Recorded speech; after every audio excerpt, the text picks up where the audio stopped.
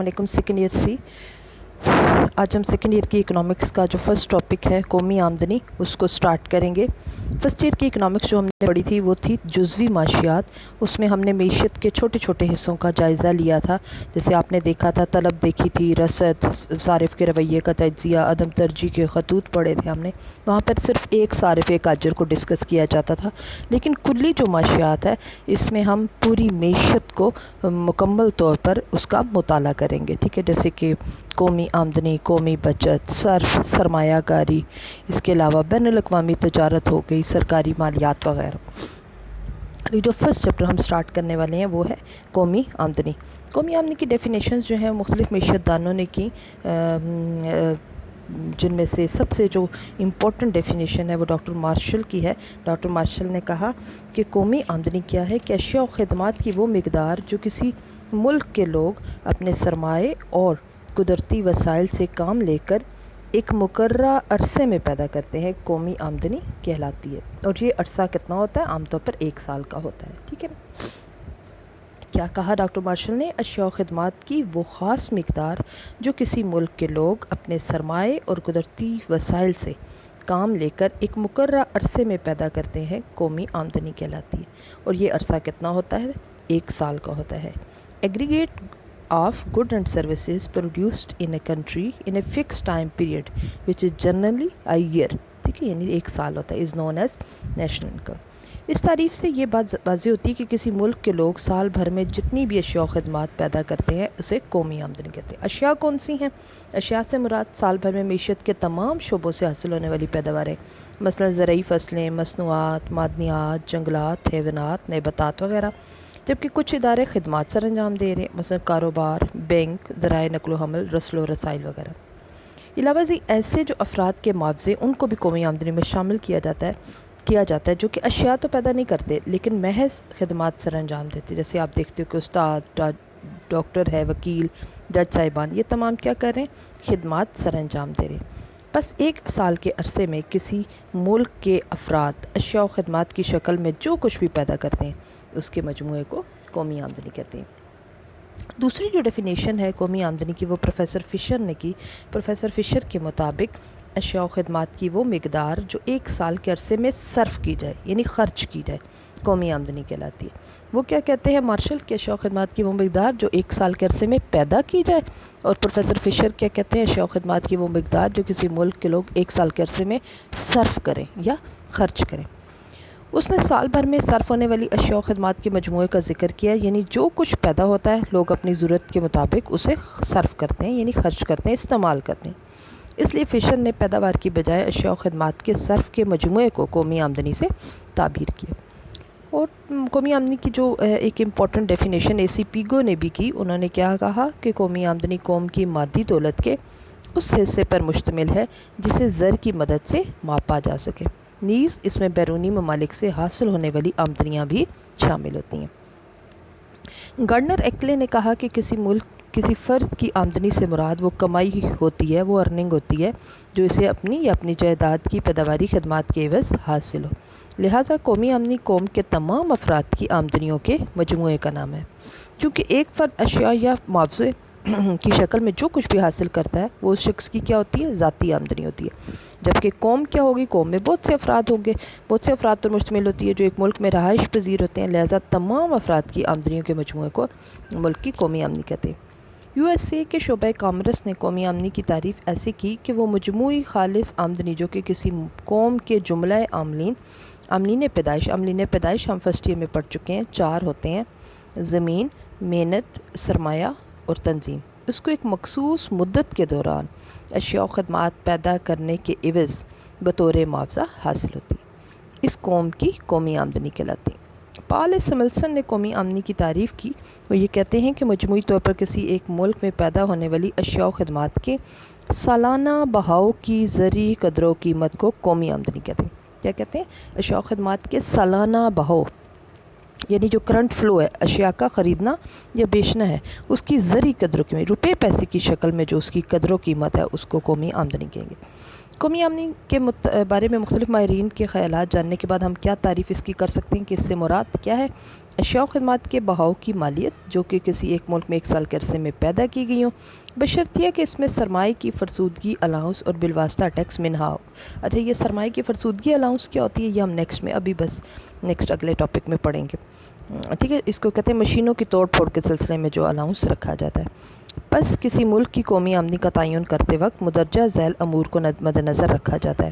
قومی آمدنی میں ایک سال کے دوران اشیاء و خدمات کے بہاؤ کی مالیت دی جاتی ہے۔ اس کا مطلب یہ ہے کہ ایک سال کے دوران تمام اشیاء و خدمات کی بازاری قیمت کے لحاظ سے مالیت کا اندازہ لگانا چاہیے، چاہے وہ اشیاء استعمال میں آ چکی ہوں یا استعمال میں آنے سے رہ گئی ہوں۔ سرمائے کی فرسودگی کے الاؤنس کیا ہے کہ مشینوں کی مرمت اور تجدید وغیرہ کے سلسلے میں ان کی پیداوار میں سے ہر سال ایک علیحدہ الاؤنس نکالنا چاہیے، تاکہ جب مشین کی عمر ختم ہو جائے تو ان کٹوتیوں یعنی جو رقم کٹی ہوئی ہے نکالی ہوئی ہے کی صورت میں اسی قدر رقم دوبارہ جمع ہو جائے، تاکہ اس سے نئی مشین خریدی جا سکے اور سرمایہ اصل حالت میں موجود رہے۔ بعض اوقات شے کی قیمت میں ٹیکس بھی شامل ہوتا ہے جو کہ حکومت کی آمدنی کا ذریعہ بنتا ہے، لہٰذا کاروباری حضرات کی صحیح آمدنی معلوم کرنے کے لیے اس ٹیکس کو قیمت میں سے منہا کر دینا چاہیے، یعنی کہ مائنس کر دینا چاہیے، تفریق کر دینا چاہیے۔ نیکسٹ ٹاپک جو ہے وہ ہم قومی آمدنی کے مختلف تفسیرات، different concepts, various concepts of national income پڑھیں گے۔ کلی معاشیات کے پیش نظر قومی آمدنی کے جو تصورات ہیں وہ اس میں پہلا خام قومی پیداوار ہے، جس کو جی این پی بھی ہم کہتے ہیں، گراس نیشنل پروڈکٹ، اور اس کو ہم مرکب قومی آمدنی بھی کہتے ہیں۔ آپ نے ابھی پیچھے میں نے آپ کو بتائی کہ جو قومی آمدنی کی ڈیفینیشن ہے وہی اس کی بھی ڈیفینیشن ہے خام قومی پیداوار کی۔ اشیاء و خدمات کا مجموعہ جو کسی ملک کے لوگ ایک سال میں پیدا کرتے ہیں، اسے ہم خام قومی پیداوار یا مرکب قومی پیداوار کا نام دیتے ہیں۔ اس میں سال بھر میں پیدا ہونے والی زرعی پیداوار، صنعتی اور معدنی پیداوار اور معیشت کے دیگر تمام شعبوں سے حاصل ہونے والی پیداوار شامل ہوتی ہے۔ اسی طرح سے مختلف قسم کی خدمات باہم پہنچانے والے افراد، مثلا ڈاکٹروں، اساتذہ، وکیلوں، سرکاری افسروں وغیرہ کی سال بھر کی آمدنیاں بھی اس میں شامل ہوتی ہیں۔ نیز خدمات سر انجام دینے والے ادارے، مثلا بیمہ کمپنیاں، بینک، جہاز ران کمپنیاں اور ذرائع مواصلات و خبر رسانی سے حاصل ہونے والی آمدنی یا منافع بھی اس میں شامل ہوتا ہے۔ اشیاء و خدمات کی پیداوار کا مجموعہ لیتے وقت خیال کیا رکھنا چاہیے کہ صرف رواں سال یعنی جو گزر رہا ہے سال، اس کے دوران پیدا ہونے والی اشیاء و خدمات کی مالیت کا اندازہ لگایا جائے۔ اگر پچھلے سالوں کی اشیاء بچی پڑی ہیں تو انہیں شمار نہ کیا جائے۔ اس کے علاوہ کچھ اور بھی امور ہیں جن کو مد نظر رکھنا چاہیے، جس میں دوہری گنتی سے بچنا ہے، ٹھیک ہے۔ دوہری گنتی جو ہے وہ کیا ہوتی ہے، ہمارے پاس ایک شے کو دو بار گننا، ٹھیک ہے، ڈبل کاؤنٹنگ اسے کہتے ہیں۔ خام قومی پیداوار کا تعین کرتے وقت یہ ضروری ہے کہ اعداد و شمار بالکل صحیح ہوں، تاکہ ان سے جو نتیجہ مطلوبہ نکلنا ہے وہ بھی پھر درست ثابت ہو۔ اس مقصد کے لیے ضروری ہے کہ اشیاء و خدمات کو گنتے وقت یا تو شے کی ابتدائی شکل لے لی جائے یا پھر شے کی آخری صورت لے لی جائے، ٹھیک ہے، اور تمام ابتدائی صورتیں چھوڑ دی جائیں تاکہ دوہری گنتی سے بچا جا سکے۔ مثلا گندم ہے یا کپاس ہے، ٹھیک ہے، کپاس ہے تو یا تو روئی کو گن لیا جائے یا پھر کپاس اس روئی سے بننے والا جو کپڑا ہے اسے گن لیا جائے۔ اگر آپ روئی کو بھی گن لیں گے ملک میں کتنی ایک سال میں پیدا ہوئی اور پھر کپڑے کو بھی گن لیں گے تو ڈبل کاؤنٹنگ ہو جائے گی، شے کو دو بار گن لیا جائے گا۔ بہتر کیا ہوتا ہے کہ شے کو اس کے آخری مراحل میں، آخری شکل میں جو ہے وہ لیا جائے یا اس کو کاؤنٹ کیا جائے۔ پھر ذاتی استعمال میں آنے والی اشیاء و خدمات کا شمار کرنا۔ خام قومی پیداوار کی پیمائش میں بعض چیزیں جو ذاتی استعمال میں آتی ہیں وہ بھی شمار ہونے سے رہ جاتی ہیں۔ مثلا اگر کار کو آپ اپنے ذاتی استعمال کی بجائے کرائے پر بطور ٹیکسی چلائیں گے تو اس سے کیا ہوگا، قومی پیداوار میں اضافہ ہوگا، مگر اگر ذاتی استعمال میں آنے والی جو کار ہے اس کی آمدنی سے پیداوار کے اعداد و شمار میں کوئی فرق نہیں پڑے گا اور وہ جمع ہونے سے رہ جائیں گے۔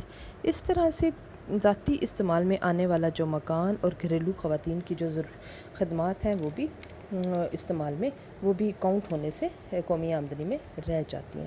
ذخیرہ اندوزی، اسمگلنگ یا آمدنیوں کے بارے میں غلط اعداد و شمار فراہم کرنا۔